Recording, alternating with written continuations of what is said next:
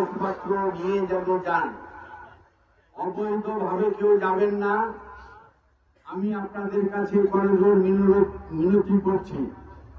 এই মৃত্যুকাণ্ডের ঘটনা নিয়ে মাননীয় জেলা প্রশাসক মহোদয় এবং উপজেলা নির্বাহী অফিসার সাহেব সার্বক্ষণিক মন্ত্রণালয়ে এবং দূতাবাসে যোগাযোগ রেখেছে।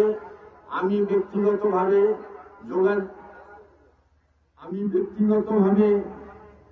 আপনার সৌদি দূতাবাসে 3 দিন কথা বলেছি, মন্ত্রণালয়ে কথা বলেছি। আমি কথাগুলো যে কারণে বললাম, আজকে যে ভাইয়েরা মৃত্যুবরণ করেছে তাদের কাগজপত্রের ত্রুটির কারণে হয়তো কেউ আর্থিক সহযোগিতা কম পেতে পারে। কারণ কাগজপত্র যদি ঠিক থাকতো, আমি এই জন্য কথাটা বলছি যে সৌদিতে যদি কোনো কোম্পানিতে আজকে দুর্ঘটনা ঘটতো, আমার জানা মতে 30, 40, 50 লক্ষ টাকা পর্যন্ত পেত।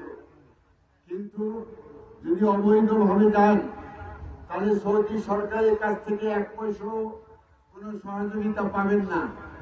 এবং আমাদের এখানে প্রাথমিকভাবে যেটা ইউনো সাহেব বলল, আমাদের সরকারের পক্ষ থেকে এবং এইখানে আমাদের ওয়েদার বোর্ড থেকে প্রাথমিকভাবে একটা সাহায্য দেওয়া হবে এবং এরপরে সরকারের পক্ষ থেকে একটি সাহায্য দেওয়া হবে।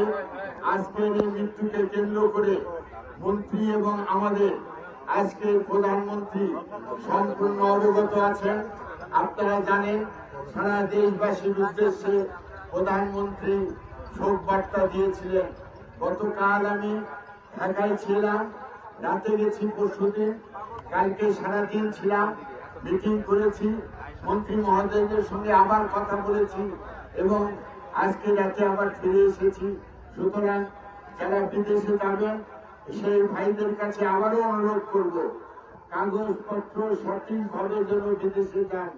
আল্লাহ না করুক কোন দুর্ঘটনা ঘটলে আপনি বিপাকে পড়বেন।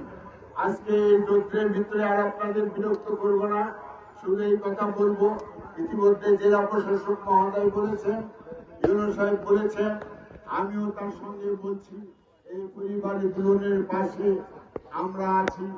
আল্লাহ এই শক্ত পরিবারের প্রতি রহমত বর্ষণ করুক, তাদের ধৈর্য ধারণ করার ক্ষমতা দিক এবং আমরা সবাই কষ্ট করে রোদে যারা এই মেয়াদের জানাজায় অংশগ্রহণ করেছি সবাই দোয়া করব, আল্লাহ যেন তাকে জান্নাতবাসী করেন।